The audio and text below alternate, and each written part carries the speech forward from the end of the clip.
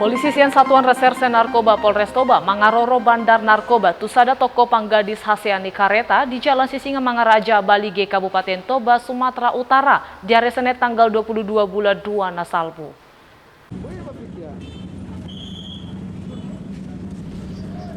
Sian bagas tokoi ditaku polisi ma opat halak doli-doli jala adong do dapok ni polisi narkoba sian naopati. Dido polisi salelengon nung ngasai di paruhahon halaki siopat halakon. Alai sadari ido petik kinasuman alau manakup halaki. Sianinganani dibuan polisi dosa ada kareta ala disura adong dibunihon halaki narkoba di bagas karetai. Ala jobu perjabui sangadoro natorop lau mardida ahana masa di inganani. Beberapa orang dengan barang bukti, Pak. Dengan barang bukti, Pak. Iya. Kita berapa orang? Lebih kurang 4 orang. 4 orang. Nah, nanti kita kembangkan lagi, Pak. Kita juga hadirkan dari Ibu kepala Ibu Lurah hadir di tempat ini untuk menyaksikan narkotika jenis sabu.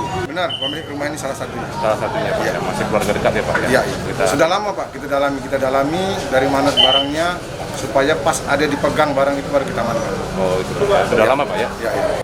Di partikiani dang boydope di pabua polisi guarnisio pat halak na ditakup nai jala sadia godang narkoba na dapok ni polisi sian inganani.